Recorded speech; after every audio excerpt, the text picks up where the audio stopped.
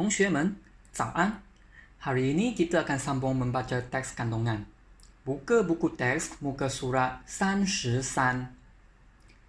你听, 你听. Maksudnya ialah kau dengar, kau dengar.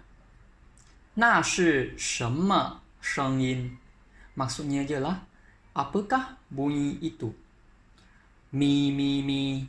Mi, mi, mi. Ayat ni tak ada maksud ya. Ia cuma tiru bunyi anak kucing saja. 我请小猫吃小鱼.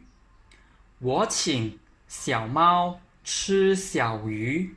小猫 ialah anak kucing. 小鱼 ialah ikan. Jadi maksud pada ayat ni ialah saya memberikan ikan kepada anak kucing. Perengan seterusnya. 你听, 你听.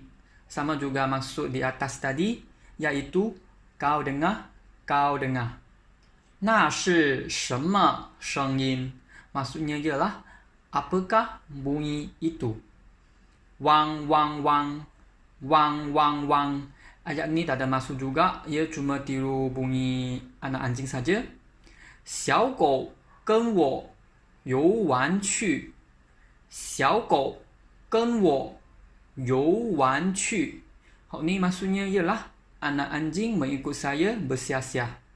Itu saja pada hari ini. 谢谢同学.